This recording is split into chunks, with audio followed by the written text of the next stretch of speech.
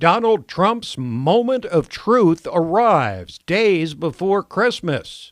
Welcome back to our Christmas edition of Liberty Nation Radio, a production of LibertyNation.com, and heard from coast to coast on the Radio America Network. The showdown over the shutdown, a roller coaster ride that ends with a partial government shutdown as President Trump, after apparently wavering, gets the House but not the Senate to pass a bill with funding for his border wall. We'll chronicle how this shutdown all came down and what might be next. Meanwhile, Michael Flynn continues to twist in the wind after a sentencing hearing marked by truly bizarre comments from the judge. Trump decides to withdraw U.S. troops from Syria, prompting the resignation of Defense Secretary James Mattis effective in March. We'll talk all of that through. Plus, Dr. Stephen Cohen, leftist scholar on Russia, is back to discuss his book, War with Russia, ? In which he leaves the progressive reservation by trashing the left's cult-like narrative of a conspiracy between Trump and Vladimir Putin. Wow, of all the chaos that's been the order of every day since Donald Trump was elected president, the roller coaster ride that was this week's showdown over the shutdown has to top them all. Let's see if I can encapsulate the chain of events in a comprehensible way for you. President Trump, of course, ran on a platform that put a southern border wall at the top of his, to say the least, bold agenda.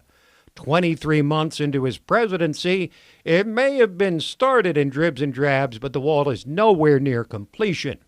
And with Democrats set to take control of the House of Representatives in a couple of weeks, the president was faced with his last opportunity to secure funding for the wall from Congress. Trump's usual bravado was on display just last week in proclaiming in his Oval Office scrum with Senator Chuck Schumer and Representative Nancy Pelosi that he would be proud to shut down the government for the sake of border security. Now, the reality that cut through the fog of the swamp in all of this is that no issue better exemplifies the disconnect between the heartland, which elected Trump to build the wall, and the D.C. swamp, which has shown little or no interest in it, outside of the 36 members of the House Freedom Caucus and some other hardcore conservatives in the House and Senate. As his supporters were cheering on his apparent commitment to do whatever it took to get his $5 billion in funding for the wall, word started trickling down that Trump was softening. There were reports that he was being steamrolled by the Democrats and was rolling over. His supporters were furious. The phones were lighting up Thursday morning with angry callers on the Breitbart News radio show, which has backed Trump from the day he announced his candidacy. And one of Trump's most rabid supporters, drama queen Ann Coulter, who's made a living off of over-the-top reactions to almost everything, ripped into Trump and was ready to throw him overboard, calling Trump gutless, saying his presidency is a joke, and adding that he will leave no legacy whatsoever. Trump's response was to send out a tweet declaring that one way or the other we will win on the wall.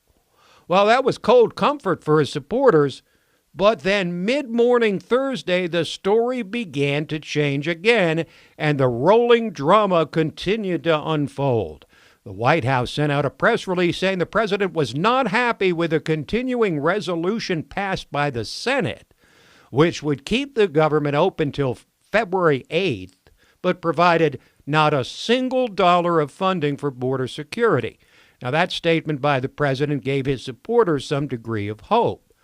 Then the president met with outgoing House Speaker Paul Ryan and other prominent Republicans at the White House, and Ryan emerged to say the president would not sign the bill passed by the Senate and told Ryan to go pass a bill in the House that gives him what he needs to sign it. About an hour later, a bill was introduced in the House that provided the $5 billion Trump requested for the wall. The House passed the bill by a surprisingly wide margin, 217 to 185. That's a 32-vote margin. And then sent it to the Senate, where 60 votes were required to avoid a Democrat filibuster, and that did not happen. So 9 agencies and about 25% of the federal government will suspend operations, and about 10% of federal government employees will be furloughed, sure to be paid when they return to the job. Now we start with the blame game. Trump, in his usual stream of consciousness that is at once refreshing and maddening, said last week he'd be proud to shut down the government for the sake of border security and take the blame for it, but then with the shutdown just hours away, he blamed the Democrats. But what really matters in all this is whether this shutdown is justified. Given the intransigence of Democrats intent on denying Trump his wall because they hate him more than they love having a more secure border, it's really an easy answer. But the posturing of both sides is far less important than the crux of an issue that's now come to a head. And maybe, just maybe, it will focus people's attention like a laser beam on what's at stake here. Yes, this was a moment of truth for Trump. The wall was the centerpiece of Trump's campaign, and if he backed down, he would likely suffer severe consequences among his base. But beyond the politics of it all and the usual Washington blame game, is this worth it for the country?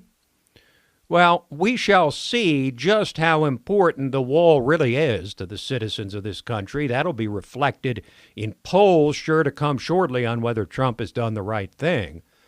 But consider the fact of millions of illegal immigrants already in the midst of us breaking the law, somewhere between 10 and 20 million, estimates vary.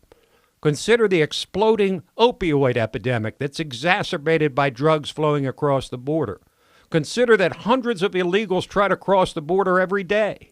Consider the much ballyhooed caravan with thousands of impoverished Central Americans desperate to take advantage of our asylum laws and do whatever it takes to get here and stay here. And consider the volume of crimes illegals are committing in a country they're not even allowed to be in. You don't need statistics to know that all of these are serious problems that the politicians have refused to address until Trump came along. This is such a broad and deep problem that nobody short of someone willing to fall on the sword for the sake of repairing a deeply broken immigration system that's a national disgrace provides the chance to fix it. Congressman Mark Walker, a member of the House Freedom Caucus, probably put it best about the shutdown and the issue of border security. We'll play it for you later. And this is the view of most of the 62 million people who rolled the dice on Donald Trump 2 years ago. Walker said, "This is a hill worth dying on." Quick break, and then we'll return with a leftist scholar on Russia who's broken with his progressive compatriots in saying there was no conspiracy between Trump and Putin and that leftists pushing that narrative resemble a cult.